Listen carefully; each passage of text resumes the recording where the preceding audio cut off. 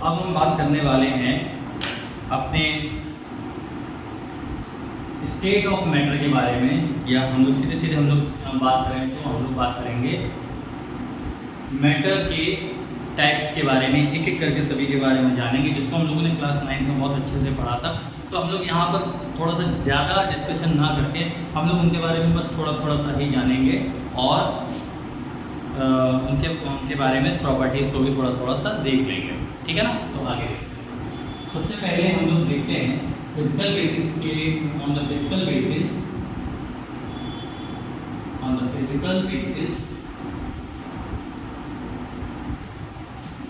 हम लोग state of matter के बारे में बात कर रहे होते हैं। तो सबसे पहली जो आपको स्टेट देखने को मिलती है दैट इज सॉलिड स्टेट। एक और बात याद रखिएगा, हम लोग जो अपने कोर्स में पढ़ रहे हैं वो केवल 3 स्टेट के बारे में बेसिकली पढ़ेंगे। साथ ही साथ ये जो लास्ट की 4th एंड 5th स्टेट है जिसको हम लोग plasma state and BEC state कहते हैं, जिसको हम लोग जिसका नाम है बोस आइंस्टीन कंडेंसेट। तो इन स्टेट के बारे में भी हम लोग अलग से देख लेंगे। अगर आपको जानना हो आप मुझे कमेंट में बता दीजिएगा, मैं उस स्टेट के बारे में आपको डिफाइन करके बता दूंगा, अलग से उस पर पिन कर दूंगा। तो हमको केवल किसके बारे में जानना है, सॉलिड स्टेट के बारे में, लिक्विड स्टेट के बारे में एंड गैसेस स्टेट के बारे में, ठीक है। और उन्हीं के बारे में हम लोग यहाँ पर डिस्कशन करेंगे। तो सबसे पहली स्टेट जो हमारी आती है that is solid state. Solid state क्या होती है? देखिए, जब भी हम लोग किसी स्टेट के बारे में बात कर रहे होते हैं तो हम लोग हमेशा दो चीज़ों के बारे में हमेशा ध्यान देंगे। सबसे पहला तो हम लोग जो देखेंगे वो देखेंगे shape and second is volume, ठीक है। तो अगर किसी स्टेट में, याद रखिएगा, अगर मैटर की किसी स्टेट में शेप एंड वॉल्यूम दोनों ही अगर डेफिनेट हो जाते हैं तो तब हम लोग उस स्टेट को कहते हैं सॉलिड स्टेट। याद रखिएगा। तो how we will define solid state? That state of matter in which shape and volume both are definite, they are called that, then the state is called solid state. Are you clear now? Okay, मतलब इनका shape भी definite होता है and volume भी definite होता है। अगर मैं इसका एग्जांपल दूं तो ये मार्कर ही एक सॉलिड स्टेट को रिप्रेजेंट कर रहा है। अगर मैं उसके अलावा भी कोई एग्जांपल अगर देना चाहूँ तो एक मिनट।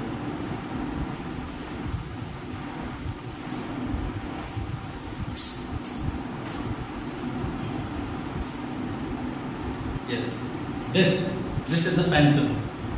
अभी पेंसिल भी एक सॉलिड स्टेट को रिप्रेजेंट कर रही है।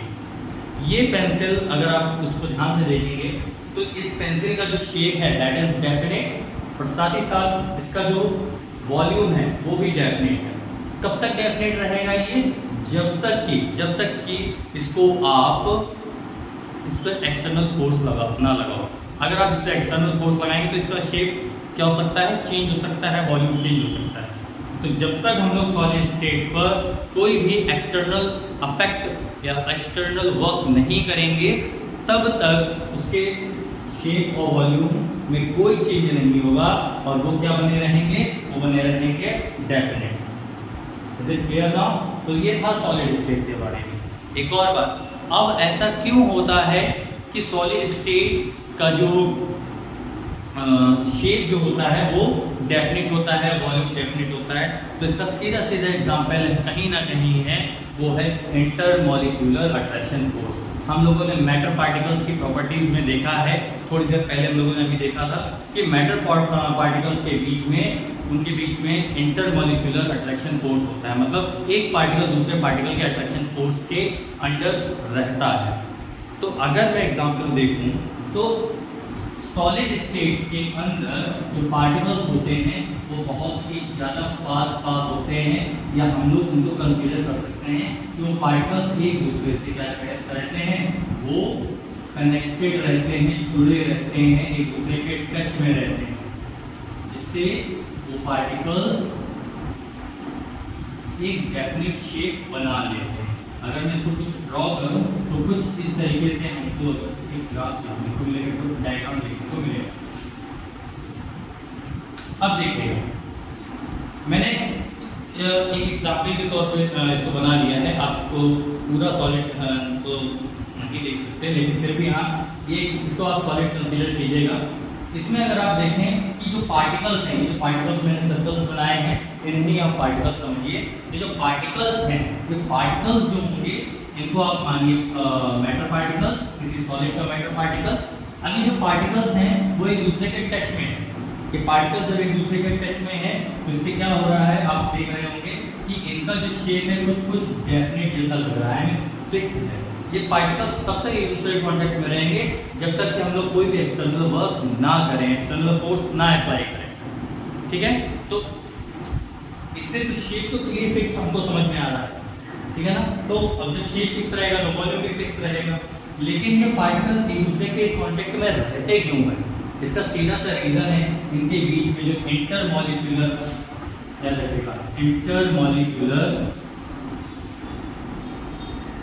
इंटरमॉलिक्यूलर फोर्स, जो अट्रैक्शन फोर्स है वो बहुत ही ज़्यादा हाई है। इस हाई इंटरमॉलिक्यूलर अट्रैक्शन फोर्स की वजह से इनके जो पार्टिकल्स होते हैं वो बहुत ही ज़्यादा एकदम एक दूसरे के पास रहते हैं। इससे क्या होता है, इससे एक तो इनका शेप ज़्यादा हो जाता है, शेप डेफिनेट हो जाता है, वॉल्यूम होता है वो डेफिनेट हो जाता है, साथ ही साथ इंटरमॉलिक्यूलर फोर्स स्पेस हाई होने से इनकी डेंसिटी भी हाई होती है। तो यह समझ लीजिएगा सॉलिड स्टेट की डेंसिटी भी हमेशा हाई होती है। ठीक है, साथ ही साथ ये काफ़ी ज़्यादा रिजिड होते हैं, रफ होते हैं, और ये इनकम्प्रेसिबल होते हैं, मतलब इनको आप कंप्रेस नहीं कर सकते हैं।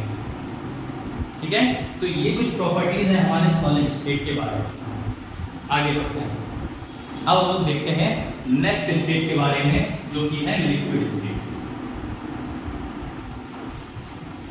सेकेंड स्टेट हमारी है दैट इज लिक्विड स्टेट।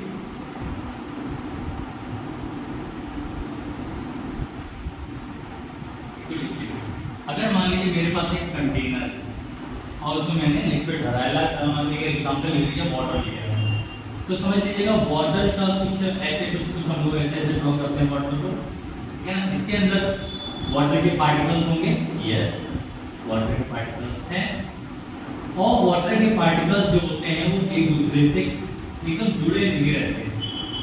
कुछ इस तरीके के वाटर के पार्टिकल्स इसके अंदर रहते हैं, थोड़ा दूर दूर रहते हैं। जब वाटर के पार्टिकल्स थोड़े दूर दूर रहेंगे तो समझ लीजिएगा इनके बीच का जो इंटरमॉलिक्यूलर अट्रैक्शन फोर्स है वो कम हो चुका है। समझ रहे हैं इसकी बात को?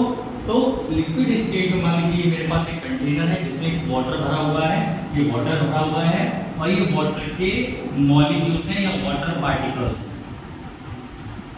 ठीक है ना।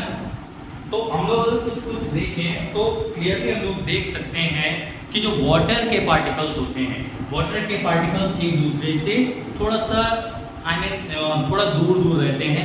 जैसा हम लोगों ने मैटर के स्टेट में देखा था कि वो एक दूसरे से बिल्कुल कनेक्टेड थे, ठीक है ना, वो मूव नहीं कर सकते थे, वो केवल वाइब्रेट कर सकते थे। तो क्या होता था, ये एक दूसरे से थोड़ा सा डिस्टेंस पे रहते हैं और ये आसानी से हर डायरेक्शन में मोशन कर सकते हैं, ठीक है। तो इस वजह से हमारा जो लिक्विड स्टेट होती है, जो हम लोग कहते हैं जिसको वाटर की लिक्विड स्टेट कहेंगे, तो लिक्विड स्टेट में जो पार्टिकल्स होते हैं वो कम इंटरमॉलिक्यूलर अट्रैक्शन फोर्स फील करते हैं, दैट इज व्हाई वो हर पॉसिबल डायरेक्शन में मोशन कर सकते हैं। लेकिन इसका मतलब ये नहीं कि वाटर के पार्टिकल्स एक दूसरे के इंटरमॉलिक्यूलर स्पेस को तोड़ के बाहर निकल जाए, समझाया। तो याद रखिए ये मोशन करेंगे तो वाटर के पार्टिकल्स, लेकिन एक दूसरे के इंटरमॉलिक्यूलर फोर्स के under, clear. That is why जो लिक्विड होते हैं उनमें फ्लो करने की टेंडेंसी ज़्यादा होती है और that is why they are also known as fluid. आप जो बोलना चाहें फ्लूइड, उनमें फ्लो करने की टेंडेंसी होती है। आप लोगों ने देखा होगा अगर किसी स्लोप पे वाटर को डाल दिया जाए तो कैसे जैसे स्लोप डाउन होता जाएगा, जितना स्लोप डाउन रहेगा उसी में वाटर डाउन स्लोप की ओर सीधे सीधे क्या होता जाएगा, फ्लो करता चला जाएगा। आप लोगों ने देखा होगा नदियों को बहते हुए, है ना। आप लोगों ने देखा होगा जब वाटर को किसी हाई स्लोप से डाला जाता है, ठीक है। तो कई सारे एग्जाम्पल हैं हमारे सामने वाटर के फ्लो, ठीक है ना।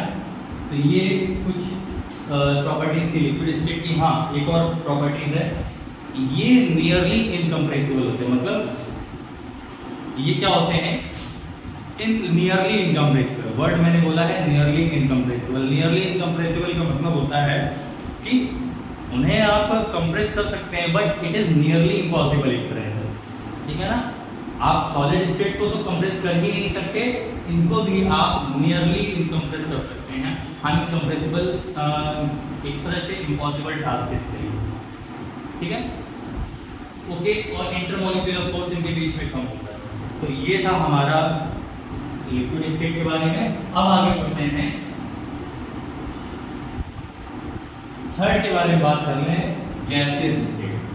इसके बारे में एक सेपरेट चैप्टर है हमारे एनसीईआरटी में, स्टेट ऑफ मैटर, और एक सॉलिड स्टेट है। क्लास 12th में आप देखेंगे पहला चैप्टर होता है एनसीईआरटी की बुक नंबर 1 का पहला चैप्टर है सॉलिड स्टेट। उसमें भी मैं वीडियो बनाऊंगा, उसको आप जाकर देखिएगा।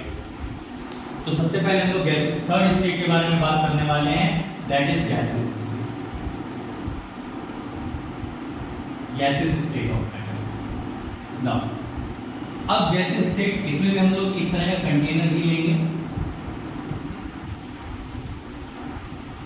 एक तरह के एग्जांपल ले। इस कंटेनर के अंदर मैं क्या करता हूँ, मैं केवल एयर को भरता हूँ, ठीक है ना। इस एयर में क्या मौजूद है, बहुत सारी चीजें मौजूद होती है, बस बेसिकली इसके अंदर नाइट्रोजन एंड ऑक्सीजन के पार्टिकल्स हैं। बेसिकली हम नाइट्रोजन के पार्टिकल्स की बात कर रहे हैं, ठीक है। तो नाइट्रोजन के पार्टिकल्स को अगर हम लोग देखेंगे तो वो हमको दिखाई तो नहीं देते, लेकिन वी कैन फील है, ठीक।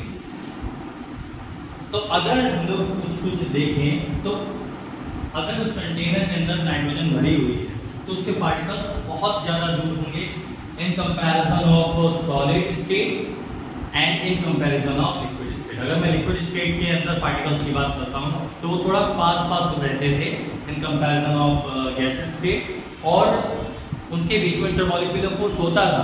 बट इनके बीच में ये जो इंटरमॉलिक्यूलर फोर्स है, अभी भी इनके बीच में इंटरमॉलिक्यूलर फोर्स होगा, नो डाउट, लेकिन या तो ये नेग्लिजिबल होगा,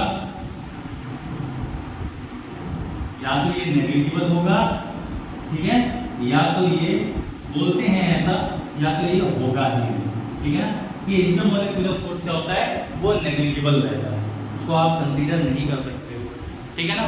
तो इसलिए क्या होता है, ये जो एयर होती है, या बोल सकते हैं कोई भी गैसेस स्टेट होती है मैटर की, वो आसानी से हर डायरेक्शन में स्प्रेड कर सकती है। इसका बहुत अच्छा एग्जांपल है हमारे पास। आप लोगों ने कभी देखा होगा कि कोई भी अगर पर्सन अपने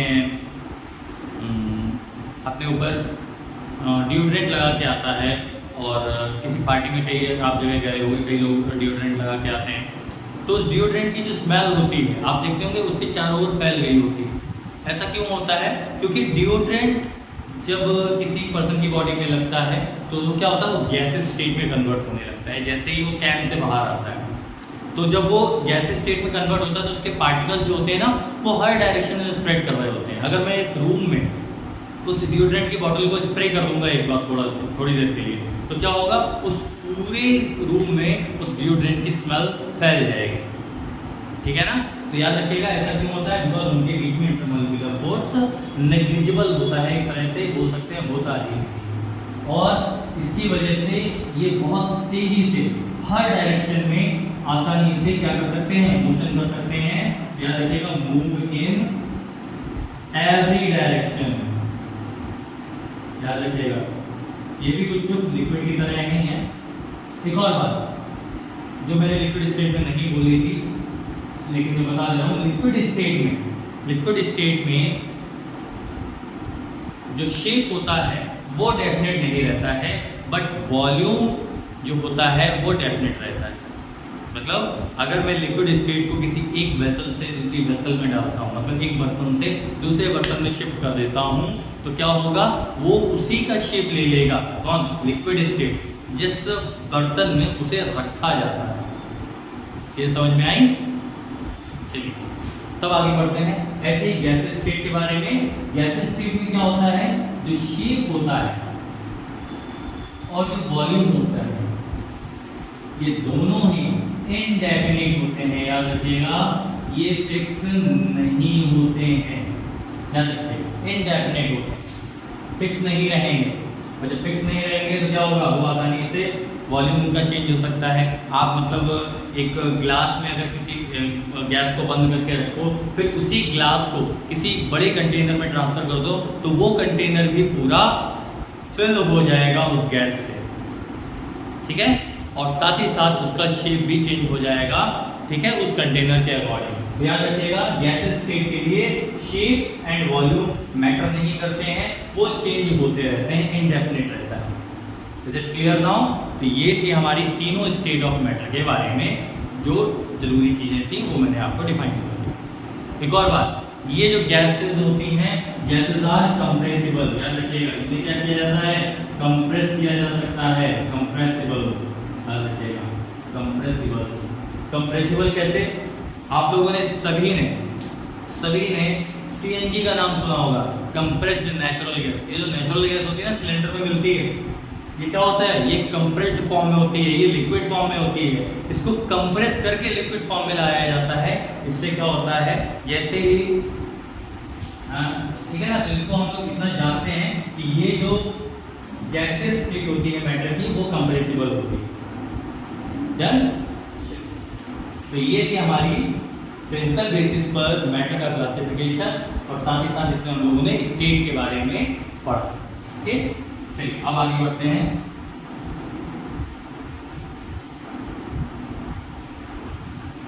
अब आगे हम लोग देखेंगे मैटर का केमिकल क्लासिफिकेशन। ओके, चलिए देखते हैं। तो सबसे पहले हम देखेंगे केमिकल क्लासिफिकेशन।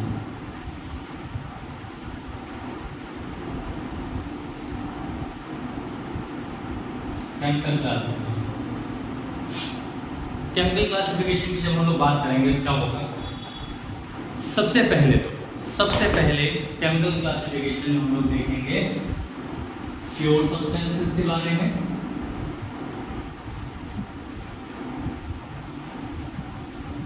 और फिर देखेंगे हम लोग मिक्सचर या इम्प्योर सब्सटेंसेस के बारे में, ठीक है ना, मिक्सचर या इम्प्योर सब्सटेंसेस के बारे में। तो प्योर सब्सटेंसेस में जब हम लोग बात करते हैं, तो उनको हम लोगों ने दो कैटेगरीज बनती हैं। पहली कैटेगरी हमको देखने को मिलती है एलिमेंट, और दूसरी कंपाउंड।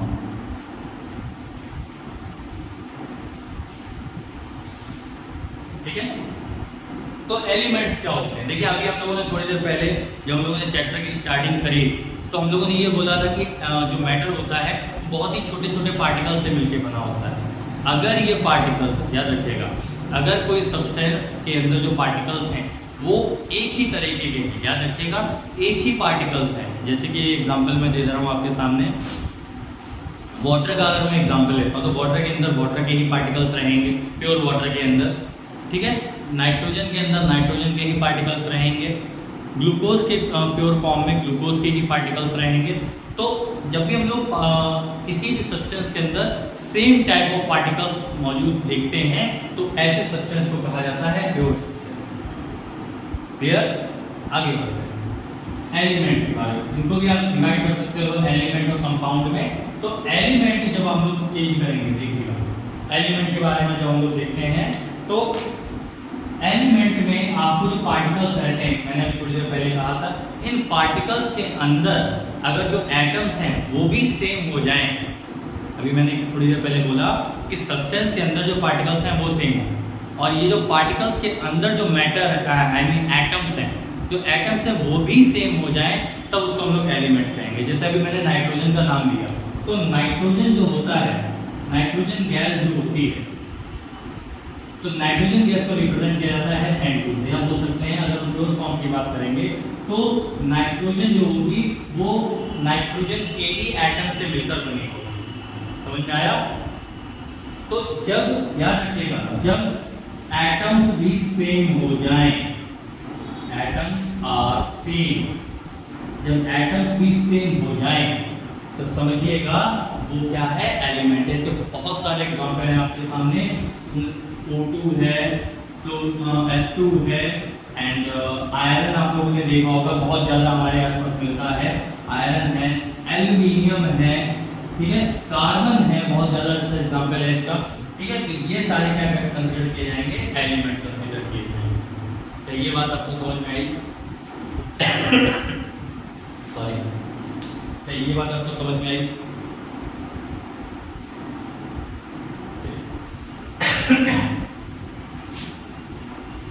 अब बात करते हैं कंपाउंड। पार्टिकल सेम है, जैसे H2O, glucose, I mean water and glucose, sugar, बहुत सारे एग्जांपल्स हैं इसके भी। तो याद रखिएगा जो कंपाउंड होते हैं, कंपाउंड के अंदर डिफरेंट एटम्स होते हैं, डिफरेंट एटम्स, ठीक है ना। मतलब अभी आपने मैंने एग्जांपल दिया था आपके सामने H2O। अब इस H2O का पार्टिकल देखिएगा, इस H2O के पार्टिकल के अंदर आपको हाइड्रोजन का एटम भी मिलेगा और आपको क्या देखने को मिलेगा, ऑक्सीजन एटम भी देखने को मिल रहा है। कितना समझ में आया? तो hydrogen atom and oxygen atom से मिलकर क्या बनता है, वाटर का मॉलिक्यूल बनता है या वाटर का पार्टिकल बनता है। तो जब भी किसी पार्टिकल के अंदर डिफरेंट एटम्स प्रेजेंट होते हैं तो इनको कहा जाता है कंपाउंड्स। और इसके हमारे आसपास बहुत सारे एग्जांपल हैं। आप जो प्लास्टिक यूज करते हैं, कार्बन पेपर यूज करते हैं, ग्लूकोज यूज करते हैं, वाटर यूज करते हैं, इवन अपना खाना, वो बहुत सारी चीज़ें जो हैं, ये सारी चीज़ें हम लोग कंपाउंड में ही बेसिकली देखते हैं। एलिमेंट्स जो होते हैं उनका टोटल नंबर है अभी तक जो डिस्कवर किए जा चुके हैं वो है 118 एलिमेंट, लेकिन कंपाउंड के अभी भी बहुत सारे, अभी भी अनकाउंटेबल फॉर्म्स हैं, बहुत सारे आपको कंपाउंड देखने को मिलते हैं, ठीक है। तो ये था एलिमेंट एंड कंपाउंड्स के बारे में। अब एलिमेंट्स की भी 3 सब कैटेगरीज होती हैं, metals, non metals and metalloids. Metals क्या होते हैं, जिनके अंदर प्रॉपर्टीज कौन कौन सी होती हैं? मेटल्स के अंदर प्रॉपर्टीज होती हैं वो मेटेलिक इलेक्ट्रिसिटी के कंडक्टर होते हैं, they are lustres, they are malleable, they are ductile, they are tensile. बहुत सारी प्रॉपर्टीज होती हैं जो मेटल्स को ही केवल मेटल्स को ही केवल रिप्रेजेंट करती हैं, ठीक है ना। इन्हें मेटेलिक प्रॉपर्टीज जनरली कहा जाता है। और कुछ प्रॉपर्टीज जो होती हैं, ये प्रॉपर्टीज मेटालॉइड्स के अंदर भी होती है, जो हमारी सेकंड प्रॉपर्टी आपको देखने को मिलेगी एलिमेंट्स की। तो एलिमेंट्स के अंदर जो आपको 3 कैटेगरीज देखने को मिलेंगी। पहली मेटल, जिसमें अभी मैंने कुछ प्रॉपर्टीज बोली। मेटल के बाद आपको देखने को मिलेगी नॉन मेटल, मतलब ऐसी प्रॉपर्टीज जो मेटल्स की प्रॉपर्टीज की जस्ट ऑपोजिट होती हैं, वो होती हैं नॉन मेटल्स। जैसे कि लस्टर्स की जगह आ जाएगा नॉन लस्टर्स, ठीक है। मैलिएबल की जगह आ जाएगा आपका क्या बोल सकते हैं, ब्रिटल, ठीक है, नॉन टेंसाइल, ठीक है, नॉन डक्टाइल। ये सारी प्रॉपर्टीज जो आती है वो नॉन मेटल के अंदर होती हैं। और मेटालॉइड्स क्या होते हैं? मेटालॉइड्स ऐसे एलिमेंट होते हैं जिनमें मेटल्स और नॉन मेटल्स दोनों की कुछ कुछ प्रॉपर्टीज रहती हैं। इसका एग्जाम्पल है आपके सामने सिलिकॉन, जर्मेनियम, बोरॉन, बहुत सारे इसके भी बहुत थोड़े से एग्जाम्पल है एलिमेंट्स के अंदर, ठीक है। तो ये थे सारे हमारे प्योर सब्सटेंसेस के बारे में डिस्कशन, ठीक है। आगे बढ़ते हैं।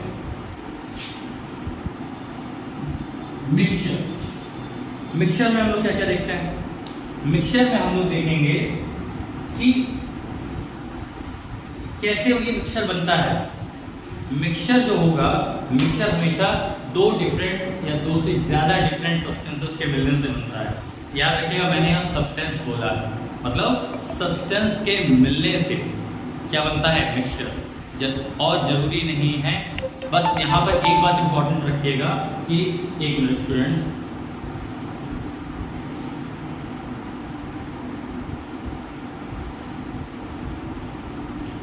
ओके। मिक्सचर जो होता है, मिक्सचर सब्सटेंसेस के मिलने से बनता है, बट वो रिएक्ट नहीं करते हैं उसके अंदर, बस वो एक दूसरे में मिक्स हो जाते हैं, ठीक है। तो ये जो मिक्सचर होता है, ये मिक्सचर 2 टाइप का होता है। पहला तो आपको देखने को मिलेगा होमोजेनियस मिक्सचर, और दूसरा आपको देखने को मिलेगा heterogeneous mixture. Okay, homogeneous mixture and heterogeneous mixture. क्या होते हैं होमोजीनियस मिक्सचर? आप सभी ने कभी ना कभी शुगर सिरप तो जरूर बनाया होगा, शुगर सॉल्यूशन जरूर बनाया होगा। कहते हैं ना शरबत देते हैं गर्मियों के टाइम में बहुत ज़्यादा, तो उसमें क्या होता है, उसमें वाटर के अंदर शुगर को हम लोग ऐड कर देते हैं, ठीक है। तो ORS का घोल बनाते हैं आप, ORS में क्या करते हैं जनरली हम लोग क्या करते हैं, सॉल्ट को डाल देते हैं, सॉल्ट को ऐड कर देते हैं वाटर के अंदर, तो क्या बना लेता है वो कम्प्लीटली उसके अंदर डिजॉल्व हो जाता है। जब वो उसके अंदर कम्प्लीटली डिजॉल्व हो जाएगा तो वो बनता है हमारा होमोजीनियस मिक्सचर। क्योंकि उस एक और बात, उसके अंदर जो हमारे पार्टिकल्स होते हैं वो दिखाई नहीं देते हैं, हम लोगों को ये दिखता है कि वो पूरा जो सब्सटेंस है उसके अंदर डिजॉल्व हो चुका है और हमको उसके पार्टिकल्स दिखाई नहीं दे रहे हैं। इन दिस केस जो पार्टिकल्स होते हैं वो बहुत ही ज़्यादा छोटे होते हैं। बेसिकली अगर हम लोग बोलें तो इसके अंदर जो पार्टिकल्स का साइज होता है वो लेस देन 10 नैनोमीटर से कम, 10 नैनोमीटर से कम छोटा साइज होता है पार्टिकल्स का जो उसके अंदर डिजॉल्व होता है, ठीक है। इसका अच्छा एग्जांपल है सॉल्यूशन, जिसको हम लोग सॉल्यूशन के नाम से जानते हैं। तो सॉल्यूशन जो होता है, सॉल्यूशन के अंदर जो मिक्स किया जाता है सब्सटेंस, जैसे अगर मैंने NaCl को मिक्स किया वाटर में तो NaCl के पार्टिकल का साइज 10 नैनोमीटर से कम का होगा, क्लियर। पार्टिकल्स इतने ज़्यादा छोटे होते हैं कि अगर हम होमोजीनियस मिक्सचर के आर पार अगर लाइट भी पास करते हैं तो क्या होगा, जो पार्टिकल्स होंगे वो लाइट के पाथ को अफेक्ट नहीं करेंगे, डिफ्लेक्ट नहीं करेंगे। इस वजह से क्या होगा, इस वजह से जो लाइट होगी वो इजीली पास हो जाएगी और उनको लाइट का पाथ विजिबल नहीं होगा। इन अदर केस हमको दूसरा पार्ट देखने को मिलता है मिक्सचर का, हेटेरोजीनियस मिक्सचर। ये जो हेटेरोजीनियस मिक्सचर होता है ये थोड़ा सा अलग है। अगर हम लोग वाटर में सैंड को थोड़ी देर के लिए मिक्स कर देते हैं तो हमको मिलता है हेटेरोजीनियस मिक्सचर। ये हेटेरोजीनियस मिक्सचर क्या होता है, अगर मैं इसमें बात करूं, क्या अगर हम लोग सैंड को जब वाटर में मिलाएंगे तो क्या सैंड कम्प्लीटली डिजॉल्व हो जाएगी? नहीं, सैंड कम्प्लीटली डिजॉल्व नहीं होगी। इवन हमको उसके पार्टिकल्स भी दिखाई देते रहेंगे और अगर थोड़ी देर के लिए हम लोग उसको रख देते हैं, आई मीन अनडिस्टर्ब स्टेट में उसको किसी टेबल पर रख दिया, किसी जगह पर रख दिया, तो हम लोग देखेंगे कि जो सैंड के पार्टिकल्स हैं वो बॉटम में डिपॉजिट हो चुके हैं, ठीक है ना। और जब वो बॉटम में डिपॉजिट हो जाते हैं तो हम लोग ये कह सकते हैं, फिर हम लोग इजीली उसको सेपरेट कर सकते हैं। तो इसका मतलब है वो अनस्टेबल रहता है, वो उनको आप वापस अलग अलग कर सकते हैं। तो याद रखिएगा ये कम्प्लीटली डिजॉल्व नहीं होते इसके अंदर एक सब्सटेंस एक दूसरे में, और होमोजीनियस में जो सब्सटेंस होते हैं वो एक दूसरे के अंदर कम्प्लीटली डिजॉल्व हो जाते हैं। चीज़ें समझ में आ गई होंगी आप लोगों को।